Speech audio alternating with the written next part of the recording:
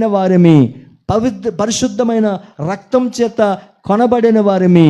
కాబట్టి మనం చాలా విలువ పెట్టబడిన వారం. కాబట్టి ఆ విలువ మనం ఏం చేయాలంటే కాపాడుకుంటూ ఉండాలి. హల్లెలూయా, హల్లెలూయా. కాబట్టి రెండవది, యెహోషాపాతు ఏం చేశాడంటే తన మనస్సును ఏం చేశాడు? ఒకప్పుడు మనస్సు పరిపరి విధాలుగా వెళ్ళిపోతుండేది, మనస్సు పాడైపోతూ ఉండేది, మనస్సు గలిబులైపోతుండేది, మనస్సు చెడిపోతుండేది. అప్పుడు అర్థమైంది, నేను పాడైపోవడానికి కారణం ఏమిటంటే నా మనస్సే. కాబట్టి నా మనసును స్థిరపరచుకుంటే, నా మనసును నిలుపుకుంటే నేను స్థిరంగా ఉంటాను, నేను పరిశుద్ధంగా ఉంటాను, నేను పవిత్రంగా ఉంటాను అని చెప్పి ఇక్కడ యెహోషాపాతు రెండవది తన మనస్సు నిలుపుకున్నాడు. హల్లెలూయా, హల్లెలూయా. నిజంగా ఈ కార్యాలు చేయగలిగితే దేవుడు నీ పక్షంగా ఉండి అద్భుతాలు దేవుడు చేస్తాడు. హల్లెలూయా.